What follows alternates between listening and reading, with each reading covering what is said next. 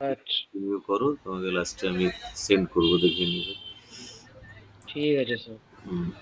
এটা হলে যেটা মানে পড়ছি সেটা পড়ার পরে এইটা আমি যখন এইটা পড়বো তখন একবার দেখে নিতে পারবো। হ্যাঁ, একদম একদম, নিশ্চয়ই। Two বুঝতে unlike পেরেছি। charges of magnitude q are separated by a distance 2d.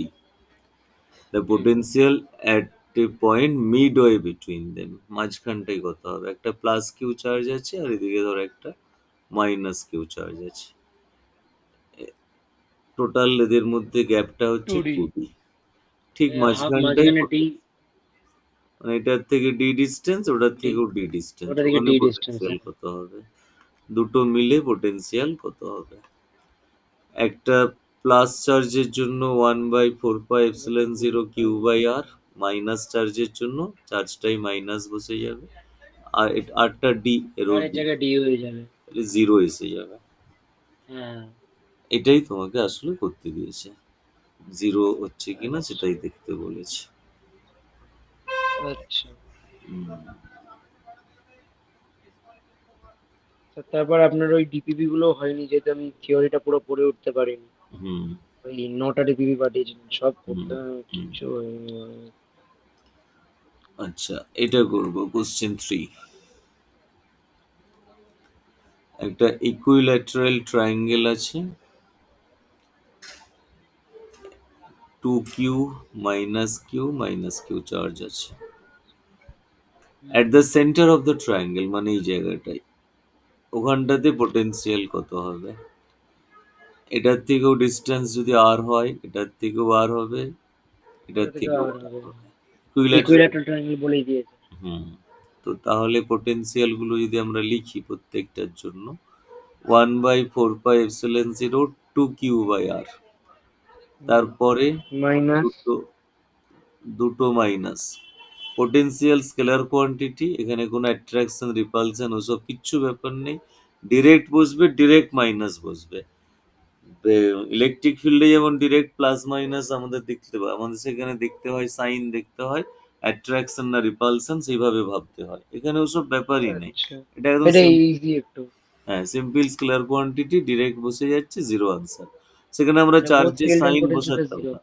হ্যাঁ, ইলেকট্রিক ফোর্সের সময় সাইন গুলো বসাতাম না, চার্জের সাইন বসতো না। চার্জ প্লাস হোক মাইনাস হোক সাইন বসাতাম না, আমরা কি করতাম, অ্যাট্রাকশন হচ্ছে কিনা সেটা দেখে সেই ওয়াইজ সাইন বসাতাম, বা রিপালশন হচ্ছে কিনা দেখতাম, সেভাবে সাইন বসতো। কিন্তু এখানে হ্যাঁ। ওসব ব্যাপার না, এখানে চার্জ প্লাস হলে প্লাস বসে যাবে, মাইনাস হলে মাইনাস বসে যাবে। আচ্ছা, আচ্ছা, তাহলে এবার এই কোশ্চেনটা করো, কোশ্চেন 5। রিচার্জ রেডিয়াস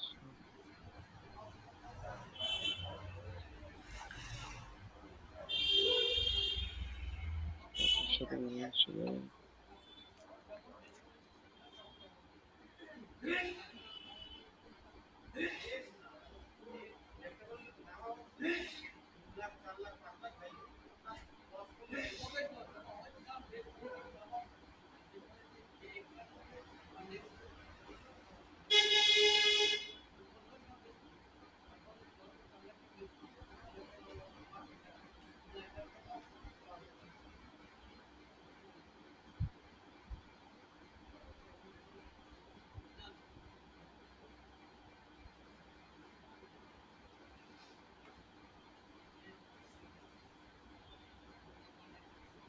প্রথম চারটের জন্য জিরো হয়ে যাচ্ছে, তারপর 15 থেকে শুরু হচ্ছে অঙ্কটা। ওই 15 নট সি, হ্যাঁ, 15 নিউ সিরি ওইখান থেকে আচ্ছা, করছি যতগুলোই করছি। চার্জ থাকুক, 1/4πε0 পার্টটা কমন পার্ট, বাকি চার্জগুলো পরপর লিখতে থাকো যা আছে। আমি ধরো এখান থেকে শুরু করলাম, 11 -5 +7 -5 প্লাস। এতটা রাখলেই হবে। 11 হ্যাঁ, -5 +7 -5 +5 -7 লিখতে হবে না, কারণ ওগুলো সব কেটেই তো কেন। যা কেটে যাবে যাবে, সব একভাবে লিখে নিলাম। এবার যা কাটবে কেটে দাও। যত আছে মাইক্রোকুলম মানে সবগুলোকে 10⁻⁻6 বাইরে লিখে দিও। 5 +5 +7 -7 -5 সব কেটে যাচ্ছে। 90, এই না না না, 15 10 26 14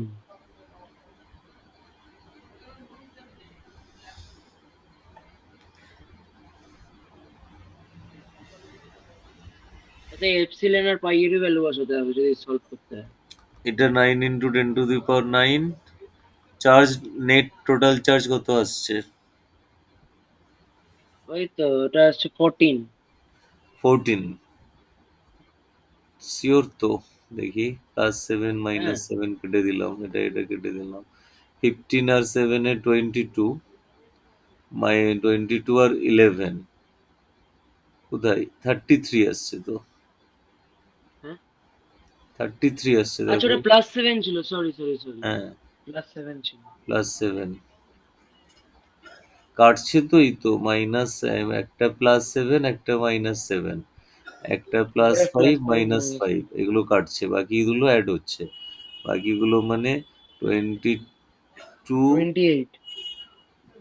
22, 33 -5, 33 -5 কত হয়? 28। 28, হ্যাঁ 28 ইন্টু 10⁻⁻6 মাইক্রোকুলম ছিল। তাহলে 28 ইন্টু 9 করলে কত আসছে? 28 ইন্টু 9, 252 আসছে তো। কোথাও ভুল বসানো হলো কিছু? দাঁড়াও। তার নিচে রেডিয়াসটা। ও, 1/r আছে তো, সরি, আমিও ভুলে হ্যাঁ। গেছি, বাই আর আছে। তাহলে আরটা কত? 0.4। হ্যাঁ, 0.4। 252 ডিভাইডেড বাই 0.4, হ্যাঁ এসে গেছে, 630 আসছে, হুম। ইন্টু 10⁻তাহলে +9 প্রথম অপশনটা হয়ে -6, যাচ্ছে। মানে 10⁻3, 630 একটা 10, জিরো চলে গেলে 63 ইন্টু হ্যাঁ 10⁻4 হয়ে গেল। একেরটা এসে গেল। এটা এনসিইআরটি তেই আছে এই অঙ্কটা, ঠিক এই টাইপেরই অঙ্ক এনসিইআরটি তে আছে। আচ্ছা, এটা করো। আচ্ছা স্যার, হ্যাঁ, অঙ্ক টঙ্ক করলে আমি ওই যে কোনো বই দিয়ে করতে পারি তো? কারণ অঙ্ক তো সব জায়গায় একই হবে, তাই না? হ্যাঁ, ওই তোমার এনসিইআরটির গুলো আগে করবে। এনসিইআরটির গুলো হয়ে যাওয়ার পর দেখবে ওই টাইপেরই অঙ্ক কম্প্রিহেন্সিভে দেওয়া আছে। জাস্ট হুম। এনসিইআরটি ধরো একটা টাইপের একটাই অঙ্ক থাকে, তার হুম। প্র্যাকটিস। তাহলে এবার কম্প্রিহেন্সিভ খুললে দেখবে ওই টাইপের আরো 3-4টে অঙ্ক দেওয়া রয়েছে, একই রকম 3-4টে, সেইগুলো এ করবে। সেটা হয়ে যাওয়ার পর আচ্ছা। তারপর এইচসি ভার্মাটা খুলবে, তারপর ভার্মাতে হাত দেবে। তুমি আগে ওগুলো করো, ইউনিট ওয়ানটা পুরো শেষ হোক, আমি ওই জন্য ভার্মা এখনো বলিনি। আগে ইউনিট ওয়ানটা পুরো আগে পড়াটা গুছিয়ে নাও, কম্প্রিহেন্সিভের এনসিইআরটির অঙ্কগুলো আগে করে নাও, দিয়ে তারপর আমাদের আস্তে আস্তে কম্প্রিহেন্সিভ আর এই এইচসি ভার্মা থেকেও বেশ কিছু অঙ্ক করতে হবে। সব না ঠিক হলেও আছে। বেশ কিছু অঙ্ক করতে হবে। হুম হুম। কোনগুলো করতে হবে আমি বলে দেবো, আমার লিস্ট বানানোই আছে, ঠিক আছে। পুরো লিস্ট রেডি করা আছে, কত কত দাগ নাম্বার গুলো করতে হবে লিস্ট করাই রয়েছে আমার। Okay sir. ভার্মা থেকে না করলে অঙ্ক শিখবে না, ভার্মা থেকে করতেই হবে। হুম। ভার্মা থেকে আমি মানে যদি সবচেয়ে বেস্ট কনসেপ্ট কোথা থেকে ক্লিয়ার হবে, মানে বেসিক থেকে বেসিক করে ভালো করে ভাঙা। হুম। আমার কাছে ডিসি পান্ডে আছে, এইচসি ভার্মা আছে, তারপর এই কম্প্রিহেন্সিভ আছে, হুম। আর রিয়ালেনের নোট আছে। কোনটা থেকে সবচেয়ে বেস্ট থিওরি তৈরি হবে? কম্প্রিহেন্সিভ, থিওরির জন্য কম্প্রিহেন্সিভ, আর তোমার হুম।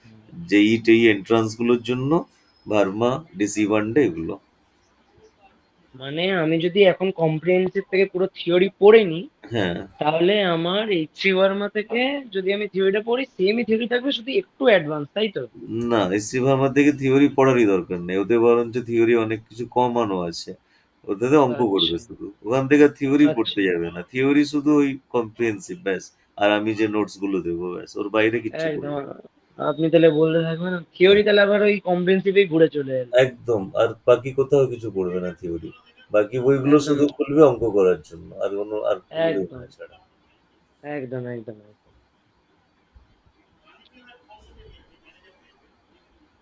এটা কত? টু হুম, সেভেন এটা করো, এইট এটা করো, নিজেই পারবে করতে। Hmm. Two four ABC side left.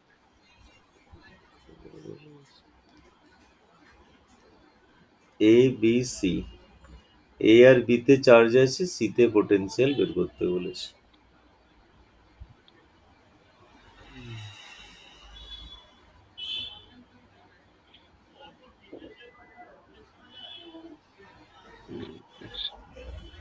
Charge বলো যখন।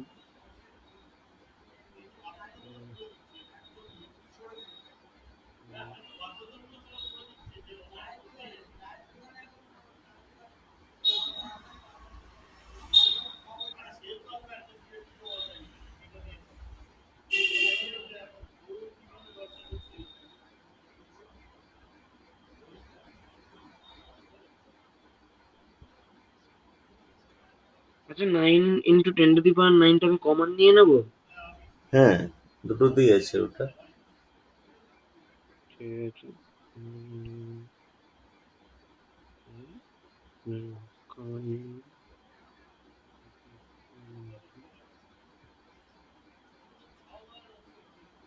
ওটা আবার কি বলে? ইলেকট্রিক পোটেনশিয়াল সি ইজ এত। না আচ্ছা, না, সি ইজ প্রশ্ন করেছে, ওইটা বলে দিয়েছে 9 × 10⁻⁴। ওটার ভ্যালুটা কি দেওয়া হয়েছে?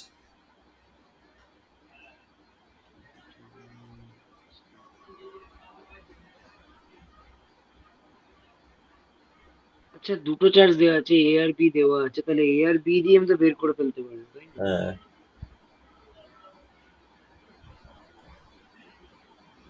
এ এর জন্য আর বি এর জন্য, দুটোর জন্য দুটোই অ্যাড হবে, দুটোই পজিটিভ চার্জ আছে, কোনো নেগেটিভ নয়, দুটোই পজিটিভ চার্জ।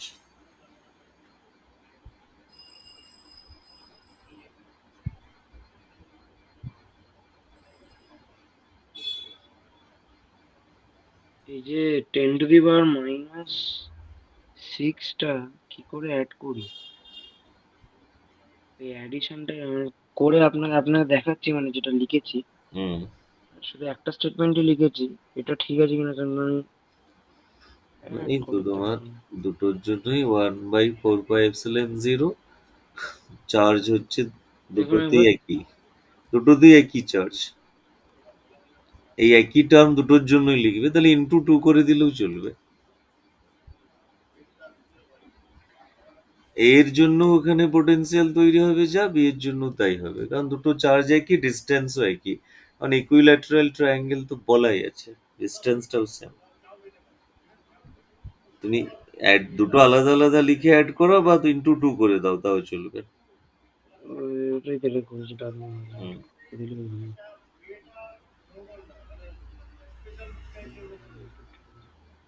জানাচ্ছি।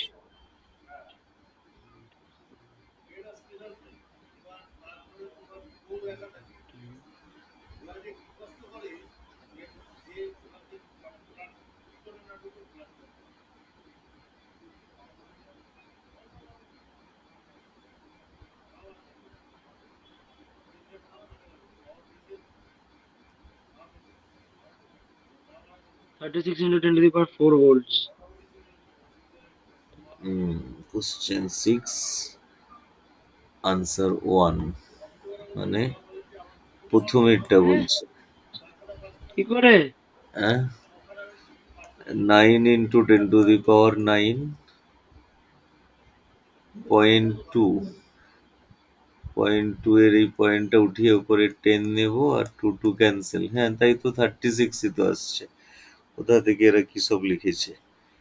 দাঁড়াও, করে হয় এটা? 36 × 10⁴ তো আসছে, বাট ওরাই ভুল করেছে মনে হচ্ছে। দাঁড়াও দেখে নিচ্ছি। হ্যাঁ দেখো, এখানে আনসার ঠিক আছে। ওখানে কি করেছিল? আহ, ওখানে ঠিকই আছে, ওখানে 1 লিখে দিয়েছে আনসার, কারণ ভুল আছে সব। ওই ক্লাসরুমের জন্য তো মেটেরিয়াল গুলো বানাই, তাড়াহুড়ো করে বানাতে গিয়ে অনেক সময় ভুল লিখে ফেলে আর কি। ধরো ক্লাসের টাইম এসে যাচ্ছে, তার আগে কাজ চলছে বানানোর, তখন হয়তো তাড়াহুড়ো করতে গিয়ে যেখানে 6-এর 1 আনসার লিখে ফেলেছে, তখন কোনো কারণে ভুল হয়ে যায় আর কি। 1 নয়, আচ্ছা, 4 আনসার হবে। ঠিক এই আছে। 4 বলছি, 3 আনসার হবে। ঠিক আছে, এটা হচ্ছে potential due to a point charge, point চার্জের জন্য পোটেনশিয়াল। আমাকে যদি দুটো পয়েন্টের মধ্যে কম্পেয়ার করতে বলে, সেটা হবে পোটেনশিয়াল ডিফারেন্স। আমরা একইভাবে পোটেনশিয়াল ডিফারেন্স বার করতে পারবো, সেভাবে ওয়ার্ক ডানকেও লেখা যাবে পোটেনশিয়াল ডিফারেন্সের টার্ম দিয়ে। ধরো এ পয়েন্ট থেকে বি পয়েন্টে একটা চার্জকে নিয়ে যাচ্ছি, এ পয়েন্টের পোটেনশিয়াল ভি এ, বি পয়েন্টের ভিবি। তাহলে নিয়ে যেতে গেলে যে ওয়ার্ক ডান করতে হবে, সেই ওয়ার্ক ডান ধরো এইভাবে লিখলাম, WAB। Work done per unit charge হবে এই দুটো পয়েন্টের মধ্যে পোটেনশিয়াল ডিফারেন্স, সেটাই হবে দুটো পয়েন্টের মধ্যে পোটেনশিয়ালের ডিফারেন্সটা। এভাবেও আমরা লিখতে পারি জিনিসটাকে। তাহলে আমার যদি দুটো পয়েন্টের মধ্যে পোটেনশিয়াল ডিফারেন্স জানা থাকে, তাহলে ওয়ার্ক ডান বের করে ফেলতে পারবো। ওয়ার্ক ডান হবে তাহলে পোটেনশিয়াল ডিফারেন্স ইন্টু চার্জ, এইভাবে আমরা লিখতে পারবো। যদি পোটেনশিয়াল ডিফারেন্স না থাকে, তাহলে কোনো ওয়ার্ক ডানই হবে না, জিরো ওয়ার্ক ডান হবে তখন। পোটেনশিয়াল ডিফারেন্সটাই যদি না থাকে। তো সেরকমই আমরা প্রবলেম দেখবো এক দুটো, যেমন এইটা কোশ্চেন নাম্বার 3।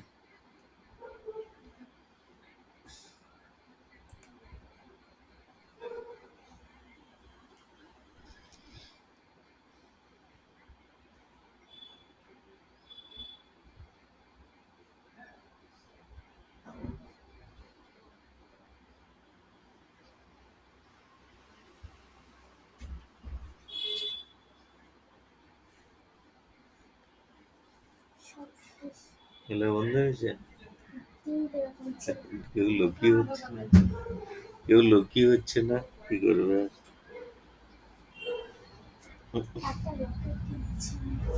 হুম?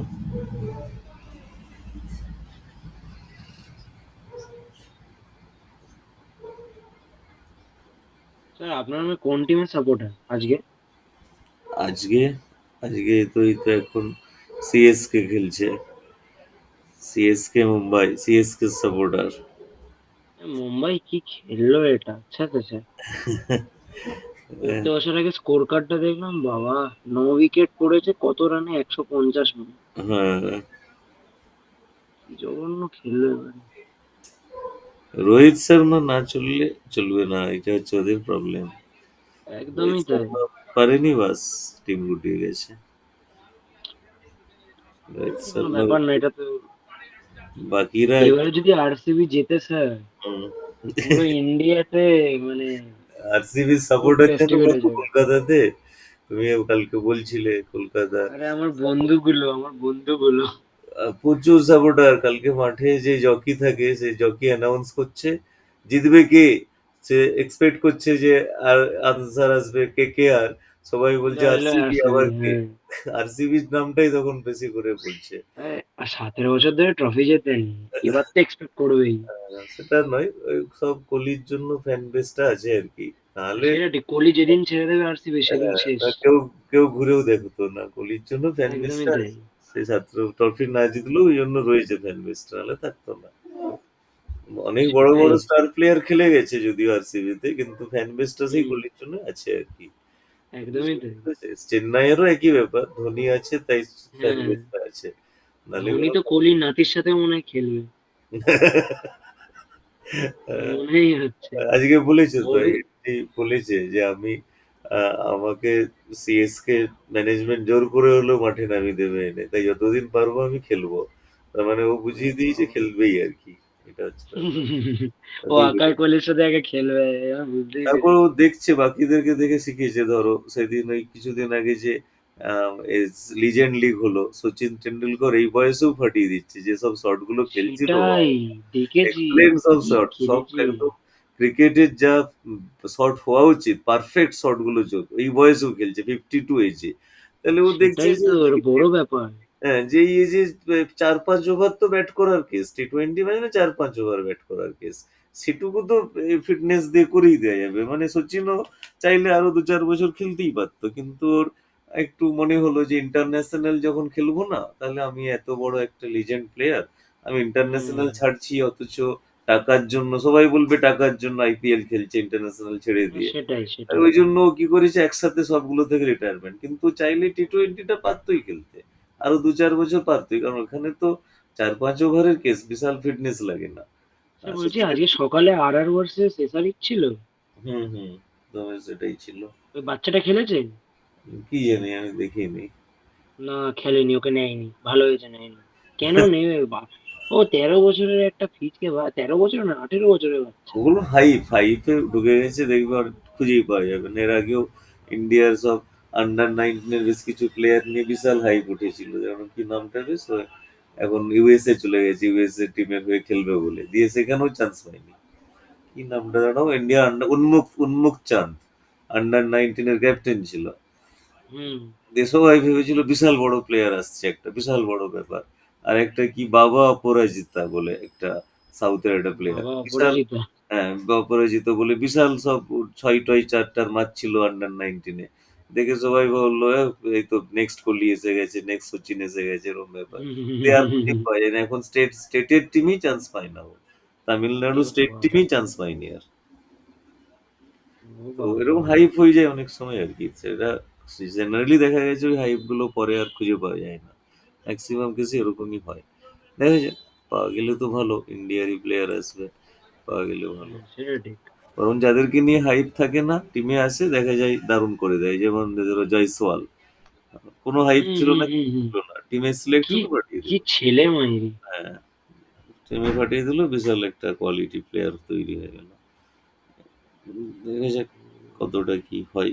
কিন্তু ধোনি খেলবে, আরো খেলবে, আমার মনে হয় আরো 2-3টে সিজন খেলবে না। ও, ২-৩ টে? আরো আজকে ৪-৫টা খেলে গেল। আজকে সুপার স্ট্যাম্প করেছে একটা, হ্যাঁ, সূর্যকুমার আমি যাদব। দেখলাম ওই সূর্যকুমার যাদবের, হ্যাঁ, বাপরে বিশাল স্ট্যাম্প বাপ! করেছে ওটা। এই একটা 20-25 এজের প্লেয়ারও করতে পারবে না, এত কুইক চালিয়েছে হাতটা। সেটাই তো আমি ভাবছি, আমি দেখলাম বলটা হাতে এলো, ফট করে উইকেট মেরে দিল, হ্যাঁ, কিন্তু আউট আছে। কতটা রিফ্লেক্স দরকার হয় ভাবো, এই এজে ওই রিফ্লেক্স বাপরে আছে বাপ! মানে সাংঘাতিক ব্যাপার। ধোনি কি এমনি এমনি বেস্ট উইকেট কি ওয়ার্ল্ড ওয়ার্ল্ড মানে ও বেস্ট উইকেট কিপার? ইন্টারন্যাশনালে আরো কিছুদিন খেলতে পারতো, অ্যাটলিস্ট ওয়ান ডে আর টি-20টা, তখন বেকার হ্যাঁ, ছাড়লো। কারণ ওয়ান ডে তে এমন কিছু উইকেট কিপার তখন ইন্ডিয়ার ছিল না ভালো। তো আরো সেটা ঠিক। 2-3 বছর খেলতেই পারতো, সেই অপশন আর ছিল। ছোট ছোট ম্যাচ খেলে কাটাচ্ছে হ্যাঁ। এই আনন্দের জন্য। উম, সেদিন সচিনের খেলাটার আমি এই হাইলাইটস দেখছিলাম, কি সাংঘাতিক সব আমি শট গুলো। হাইলাইটই দেখেছি, আমি হুম, লাইভটা দেখিনি, হুম, পড়া ছিল, ওই হাইলাইটই দেখছিলাম বসে। সাংঘাতিক কি শট সব গুলো। শট, ওই বয়সে কি ওরকম শট খেলে! অবাক হয়ে গেছি আমি দেখে, একদম পুরো ক্রিকেটের যেরকম শট হয়, কোনো যে রাফ চালিয়ে দিচ্ছে লেগে যাচ্ছে এরকম নয়।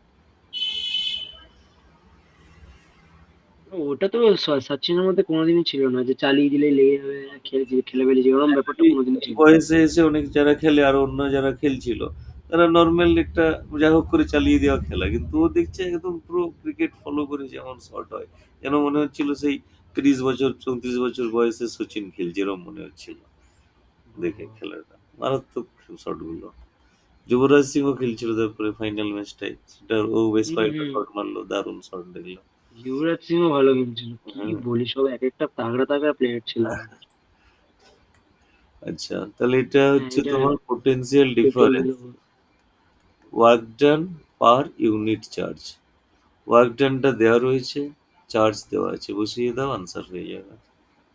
এক সেকেন্ড, মাইনাস করলে এটা তো, ডিফারেন্সটা কারণ একটা পয়েন্ট থেকে অন্য পয়েন্টে নিয়ে যাওয়া হচ্ছে, সেটা আচ্ছা বলে। তাহলে কি V equals to VB minus V equals to W by Q, এরম কিছু?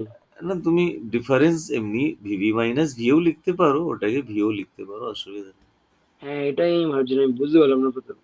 সে লিখতেই পারো। Work done per unit charge mainly হবে দুটো পয়েন্টের মধ্যে কম্পেয়ার করলে, নামটা আমরা পোটেনশিয়াল ডিফারেন্স বলবো। আর একটা হুম, পার্টিকুলার পয়েন্টের হলে সেই পয়েন্টের পোটেনশিয়াল বলবো। হুম। স্যার, প্রথমটা হবে অপশন ওয়ান। আচ্ছা, ঠিকই আছে, ওটাই হবে। আচ্ছা,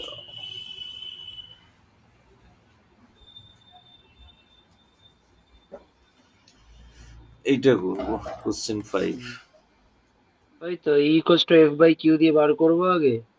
কিউটা দেওয়া আছে, এফ ও দেওয়া আছে, 1000 হলো, ইটা 1000 হয়ে গেল। এবার এবার কত যেটা কি আমরা পোটেনশিয়াল? শিখেছি দেখে বলে নাও, তুমি একদম ঠিক এগিয়েছো, ইটা বের করে নিলে। Equals to dV by dr, minus sign ছিল যদিও, আমরা মাইনাসটাকে ইগনোর করছি। হুম, ডিআরটা কি ছিল? ডিআরটা একটা ডিস্টেন্স, কতটা ডিস্টেন্স যাচ্ছে। Hmm. Equals to V by D, ডিটা হচ্ছে একটা ডিস্টেন্স। আমি ক্যালকুলাসের এটা তো ফর্মে 1000 লিখলে বেরোলো। এরকম লিখবো, এটা ক্যালকুলাস ফর্মটা। Normally equals to V by D বা ভি বাই আরও বলতে পারো, ডিস্টেন্সকে তুমি আর দিয়েও লিখতে পারো। আচ্ছা, এবার দেখো তাহলে কি আনসার হচ্ছে। তাহলে তো এই 1/100, না, সেন্টিমিটারই থাকবে। না, মিটার করে নিতে হবে। 1/100, এই তাহলে 10,000 চলে আসছে। না, V equals to V bar করছো, V equals to E into D. হ্যাঁ, ইটা আমার বেরিয়েছে 1000। ইন্টু ডি, ডিভাইড তো নয়, ইন্টু ডি। ও সরি সরি সরি সরি, 1/, 10 বেরোচ্ছে, হ্যাঁ সরি সরি হুম, বেরিয়েছে। এটা হচ্ছে ইলেকট্রিক ফিল্ড আর পোটেনশিয়ালকে রিলেট করে নিয়েছি আমরা এইভাবে। এখানে ই আচ্ছা। Equals to dV by dr লিখেছি। ইনফ্যাক্ট যদি আমরা এক্স অ্যাক্সিস ধরে লিখি, শুধু এক্স অ্যাক্সিসের জন্য, তখন আমরা লিখব ডিভি বাই ডিএক্স। হুম। ফর ওয়াই অ্যাক্সিস ধরে যদি ডিসপ্লেসমেন্ট হয় তাহলে ডিভি বাই ডিওয়াই। আবার যদি জেড অ্যাক্সিস ধরে হয় তাহলে ডিভি বাই ডিজেড। এরকম ভাবে লিখতে থাকবো। আচ্ছা। যে ফাংশন ধরে ডিসপ্লেসমেন্ট হবে সেটা ধরে ডেরিভেটিভ হবে। এটা হচ্ছে সিস্টেম। হুম। এবার আমরা চলে যাব পোটেনশিয়াল এনার্জিতে। পোটেনশিয়ালটা আমরা তো বুঝে গেছি, পোটেনশিয়াল এনার্জিটা কি জিনিস। পোটেনশিয়াল এনার্জিটা দিয়ে অ্যাকচুয়ালি এই পিডিএফটা প্রথমে শুরুতেই আছে, তো সেটাই আমরা এখন করব। বইটা এনসিএল, প্রথম দিকে? হ্যাঁ, বইটার প্রথম দিকে নাকি? আগে পোটেনশিয়াল এনার্জিটাই ছিল, তারপর পোটেনশিয়ালটা। আমরা এটা করব potential due to, sorry, system of চার্জও হয়ে গেছে, একসঙ্গে দুটো বা তিনটে চার্জ যদি থাকে। আরেকটা বাকি আছে, ইকুইপোটেনশিয়াল সারফেস। এইটাকেও আগে করে নিই। এই যে ই ইকুয়ালস টু আমরা ডিভি বাই ডিআর লিখেছিলাম, এরা ডিভি না লিখে ডেল দিয়ে লিখেছে, del V by del L লিখেছে, আর না লিখে এল লিখেছে। ঠিকই আছে, এলও লিখতে পারে কেউ। এটা হুম এরপরে এর পোটেনশিয়াল মানে energy. Length, potential energy of system of charges. Equipotential আমার সারফেসটা কি? ইকুইপোটেনশিয়াল সারফেস হচ্ছে এমন একটা সারফেস যেটার উপরে প্রত্যেকটা পয়েন্টেই পোটেনশিয়াল সেম থাকবে, তাকে আমরা কম্প্রিহেন্সিভ ইকুইপোটেনশিয়াল। আছে?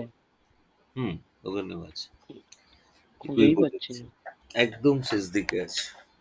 একদম হুম, বলে দিচ্ছি, ইকুইপোটেনশিয়াল সারফেস।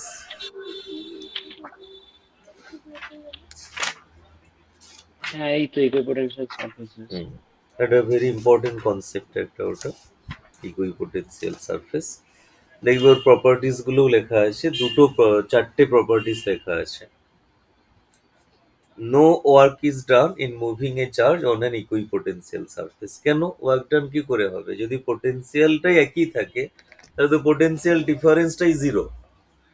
পোটেনশিয়াল ডিফারেন্স যদি জিরো বসে যায় তাহলে তো ওয়ার্ক ডান জিরো এসে যাবে। ধরো দুটো পয়েন্টের মধ্যে মুভ করাচ্ছি, potential difference equals to work done by charge শুনেছিলাম। এখন এই দুটো পয়েন্ট যদি সেম পোটেনশিয়াল হয়, ডিফারেন্সটা জিরো হয়, তাহলে ওয়ার্ক ডানও জিরো হয়ে যাবে। তাহলে ইকুইপোটেনশিয়াল সারফেসের উপরে চার্জ মুভ করালে কোনো ওয়ার্ক ডান হবে না। যেমন ধরো একটা চার্জ রাখা আছে, কিউ চার্জ, সেটার থেকে আর রেডিয়াস নিয়ে যদি একটা আমরা সার্কেল ড্র করি বা স্ফিয়ার ড্র করি, তো সেই স্ফিয়ার বা সার্কেলের উপরে প্রত্যেকটা পয়েন্টেই তো সেম পোটেনশিয়াল হবে। কেন না, ফর্মুলা আমরা শিখেছি 1/4πε0 কিউ বাই আর। এখন প্রত্যেকটা পয়েন্ট তো একই ডিস্টেন্সে আছে, আর ডিস্টেন্সে, কারণ ওটা তো রেডিয়াস ওর।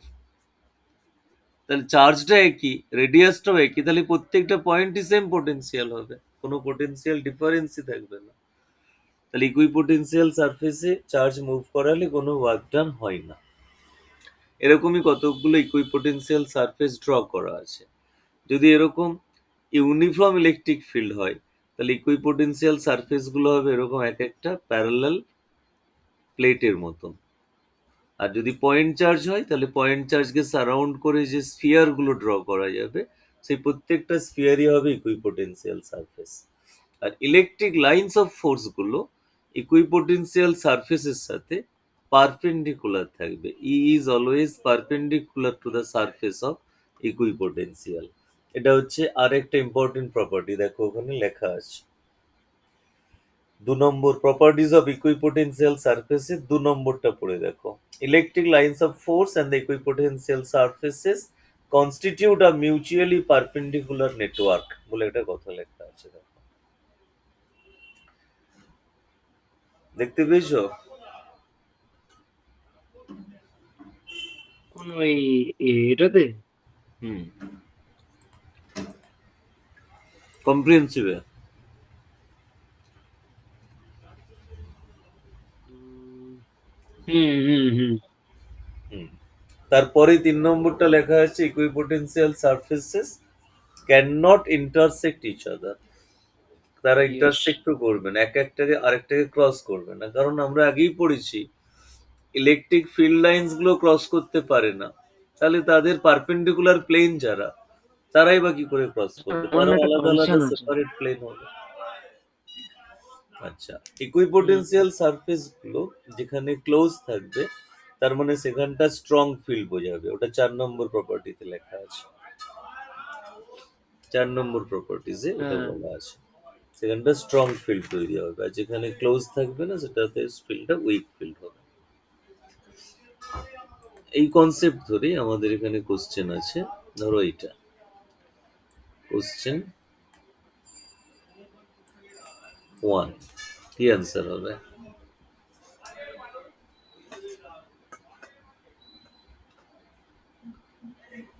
স্যার আমার না একটা কনসার্ন আছে। হুম। মানে কোনো চ্যাপ্টার নিয়ে না, কনসার্নটা হচ্ছে এই, মানে এই যে নোট যে ক্রিয়েট করে আমি না সব লিখে ফেলি। এবার সেটা লিখতে গিয়ে কি হয়, অনেকটা সময় চলে যায়। হুম। এবার আমি ভাবছি নোটটা আমি যে ক্রিয়েট করব, কি করে ক্রিয়েট করবো যাতে সব না লিখে ফেলি ভুল করে। যে নোটসটা আমি তোমাকে দিচ্ছি ওইটাকে ফলো করো। ওইটাতে যেমনটা আছে মোটামুটি ওইরকম টাইপেরই বানানোর চেষ্টা করো। হচ্ছে বেশি কিছু নোটসে লেখার দরকার নেই। আচ্ছা। ওর বাইরে যেটা তুমি করবে, যেগুলো আমি খুব ইম্পর্টেন্ট বলবো, যে জায়গাটা পড়ানোর সময় আমি বলছি এটা খুব ইম্পর্টেন্ট, সেগুলোকে চাইলে ওর বাইরে ইনক্লুড করতে পারো। হুম। ঠিক আছে। আচ্ছা, এই কোশ্চেনটা করো, কি অ্যান্সার হবে?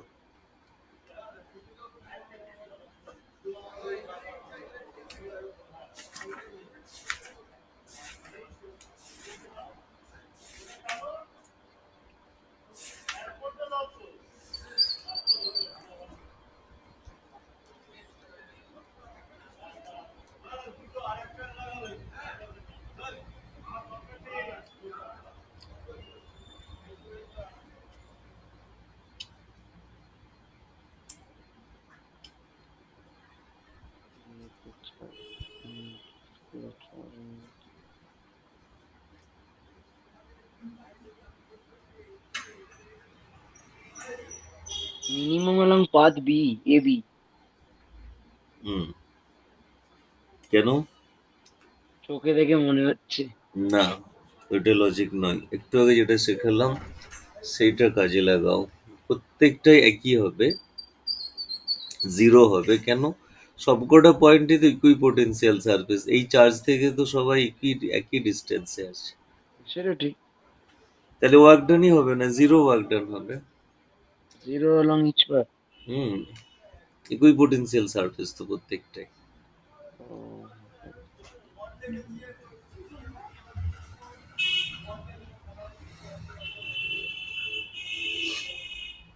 আচ্ছা, এটা করো, কোশ্চেন 6।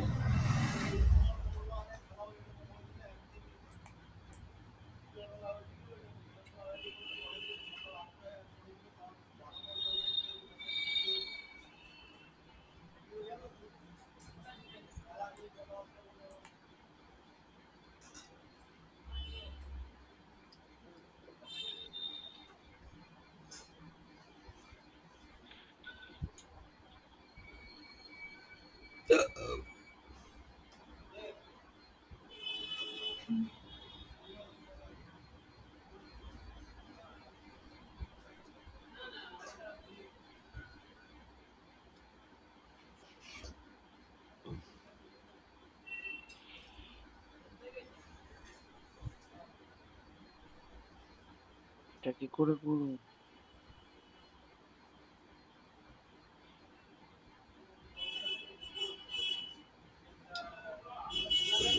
এই দুটো পয়েন্টের পোটেনশিয়াল কত হবে? এ পয়েন্ট আর বি পয়েন্টে?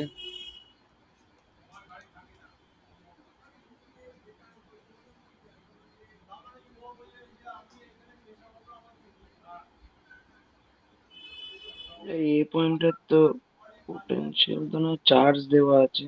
হুম, আচ্ছা পোটেনশিয়াল তো হবে হচ্ছে দুটো পয়েন্টে একই বেরোবে দেখো পোটেনশিয়াল। 1/4 pi epsilon zero.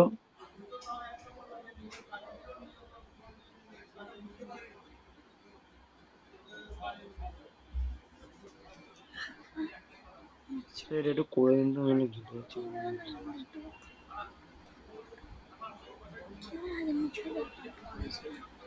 দেখছি বলে, দেখছি বলে।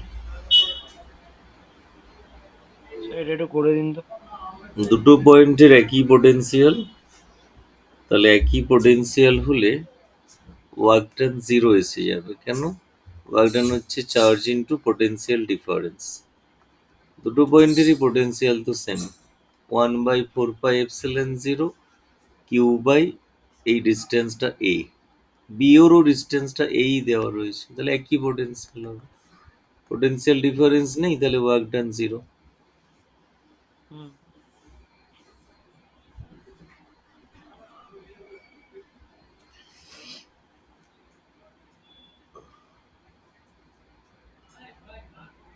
আচ্ছা,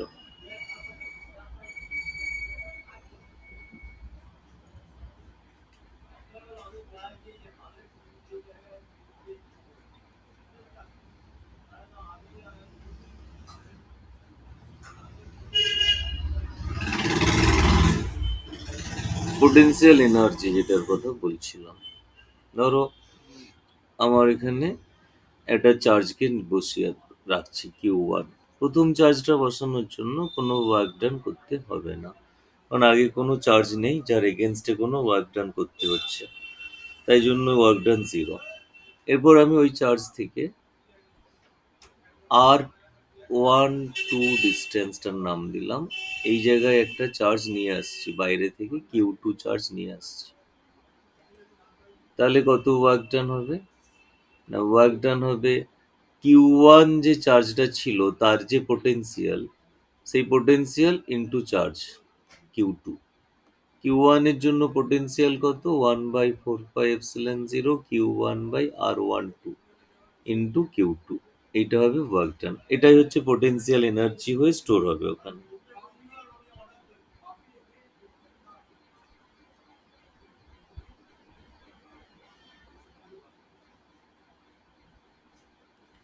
আচ্ছা, এরপরে আমি আরেকটা থার্ড চার্জ নিয়ে আসছি কিউ 3, বাইরে থেকে নিয়ে আসছি।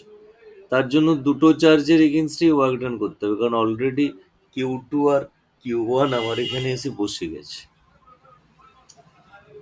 তাহলে কিউ 1 চার্জের পোটেনশিয়াল তার এগেনস্টে ওয়ার্ক ডান হবে, কিউ 2 চার্জের পোটেনশিয়াল তার এগেনস্টে ওয়ার্ক ডান করতে হবে।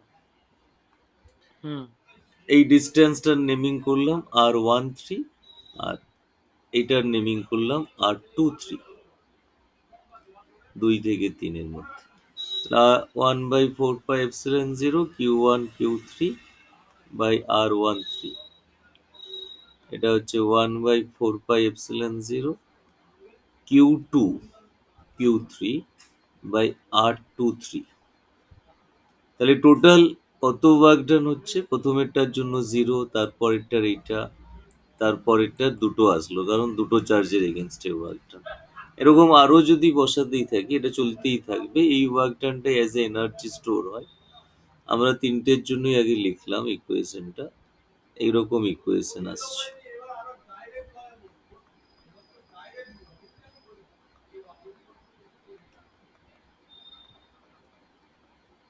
Q 2 Q 3 by R23। এটা যদি লার্জ নাম্বার অফ চার্জের জন্য হয়, তাহলে কি দাঁড়াবে পোটেনশিয়াল এনার্জির ব্যাপারটা? না, অনেক চার্জের জন্য যদি হয় তখন আমরা সামেশন দিয়ে লিখবো। 1/4 পাই এপসিলন জিরোটা বাইরে থেকে যাবে, দুটো সামেশন চালাবো, I1 to N J1 to N QI QJ by RIJ। এই আয়ের ভ্যালু 1, জে এর ভ্যালু 2, এভাবে প্রথম টার্ম তৈরি হবে। একইভাবে সেকেন্ড, থার্ড, এরকম যত খুশি টার্মের জন্য আর এভাবে লিখতে পারি সামেশন ইউজ করে। কিন্তু সেটা লিখতে গিয়ে ডাবল সামেশন এসে গেছে বলে ডাবল কাউন্ট এসে যাবে। মানে Q13ও যেমন ধরা হবে, Q1 Q3, তেমনই আবার Q3 Q1ও কাউন্ট হয়ে যাবে। দুটো তো একই, ডাবল কাউন্ট হয়ে যাবে। তাই জন্য বাইরে একটা হাফ দিয়ে দিতে হবে। ডাবল সামেশন থাকলে এরকম বাইরে হাফ জুড়ে দিতে হয়। এইভাবে পোটেনশিয়াল এনার্জি এক্সপ্রেশনটা চলে আসছে for a large system of চার্জের কালেকশনের জন্য, যেটা আমাদের এনসিইআরটি-তেও করা আছে। এই যে এই জায়গাটায় এইভাবে টার্মগুলো ওখানেও লিখেছে, দুটোর জন্য, তিনটের জন্য দিয়ে এইভাবে দিয়ে ওরা আর সামেশন করে একটা লার্জের জন্য দেখায়নি, ওরা জাস্ট ওই তিনটে চার্জের মধ্যেই রেখে দিয়েছে। আমাদের যে কোশ্চেন দেয় ওই তিনখানা চার্জের মধ্যেই দেয়, তার বেশি চার্জ সেখানেও নিয়ে আসে না। সেখানে ওই তোমার ওই মোটামুটি তিনটে চার্জের কালেকশন করলে কতটা চার্জ স্টোর হবে সেটাই দেয়, ওইখানের মধ্যেই রাখে কোশ্চেনটাকে। তো এই এক্সপ্রেশন এইভাবে আমাদের মনে রাখতে হবে। ব্যাপারটা লিখে নাও, বাকি পার্ট আমরা পরের দিন পড়বো, দিয়ে তোমার ক্যাপাসিটারটা করে নেবো। এই পর্যন্ত আচ্ছা তুমি স্যার। যতটা পারবে রেডি করার চেষ্টা করবে, ঠিক আছে? ঠিক আছে। ঠিক আছে, তাহলে আমিও রেকর্ডিংটা করেছি, রেকর্ডিংটা বন্ধ করি।